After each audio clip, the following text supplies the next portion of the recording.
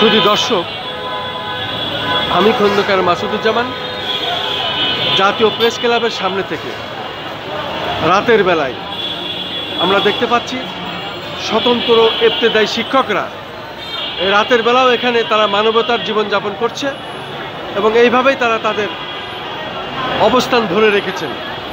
ঠিক তেমনই একজন কেন্দ্রীয় নেতা স্বতন্ত্র ইবতেদায়ী মাদ্রাসার বিভিন্ন আন্দোলন সংগ্রামে যার আমরা বিভিন্ন সময় দেখেছিলাম। আপনি আপনার নাম পরিচয় দিয়ে বলুন। আপনাদের আজ 15তম দিনও রাত্রে আপনারা আছেন এবং আজকে আপনারা গেছিলেন সচিবালয়ে। আপনাদের কি কথা হয়েছে? আপনার নাম পরিচয় দিয়ে একটু জোরে জোরে বলুন। আমি মাওলানা মোহাম্মদ জুলফিকার আলী,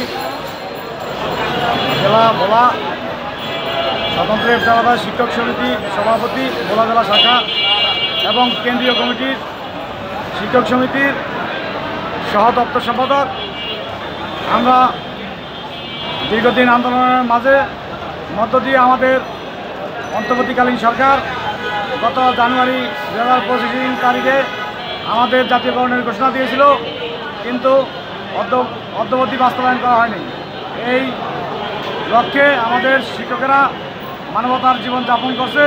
তাই আমাদের কেন্দ্রীয় কমিটি আমাদের সাথে পরামর্শ করে আন্দোলনের ডাক দিয়েছে।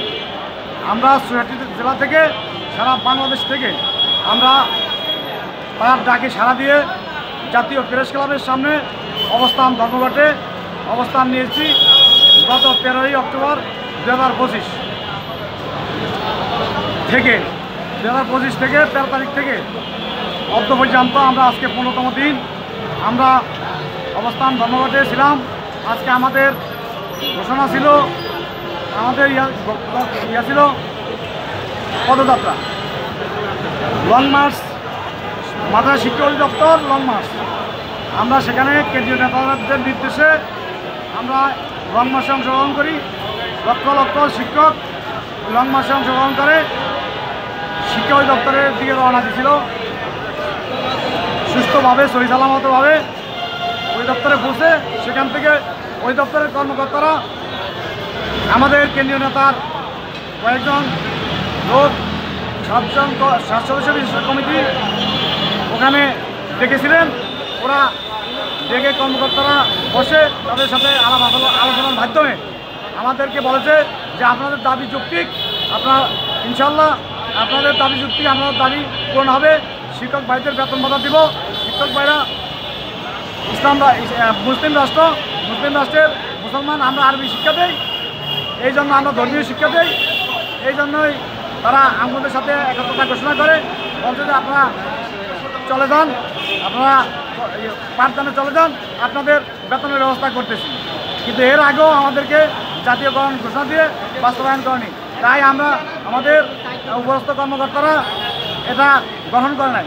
এরা আমাদের মাঝে এসে আমাদেরকে বলছে যে আমরা প্রজ্ঞাপন হাতে না পাওয়া পর্যন্ত আমরা রাজপথ ছাড়বো না, জাতীয় প্রেস ক্লাবে থাকবো এবং প্রজ্ঞাপন হাতে নিয়ে আমরা বাড়ি ফিরব।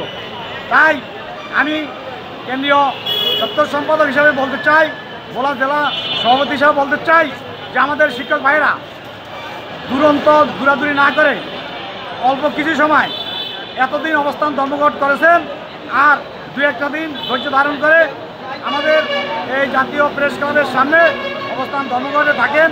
আমাদের কেন্দ্রীয় নেতাদের নির্দেশ মোতাবেক যদি থাকেন, আমরা জাতীয়করণ বাস্তবায়ন করে ইনশাল্লাহ যাব আল্লাহর রহমতে।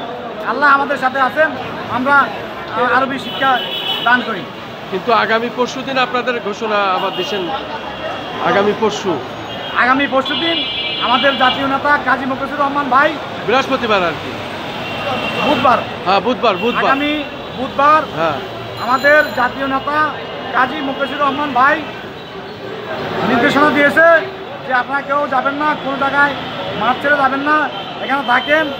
এর ভিতরে যদি আমাদের প্রজ্ঞাপন জারি না করে সরকার, তাহলে আমরা পরশুদিন বুধবার আমরা পদযাত্রা এবং ঘেরাও করব সচিবালয়। আমরা সচিবালয়ের দিকে পদযাত্রা করে লং মার্চ করে আমরা সচিবালয়ের দিকে যাব এবং আমাদের দাবি আদায় করে ছাড়বো ইনশাআল্লাহ। এই সংক্ষিপ্ত সাক্ষাৎ দেওয়ার জন্য এই রাতের বেলায় জাতীয় প্রেস ক্লাবের সামনে থেকে আমি খন্দকার মাসুদুজ্জামান আপনাকে অনেক অনেক ধন্যবাদ আমাদের চ্যানেলগুলির পক্ষ থেকে।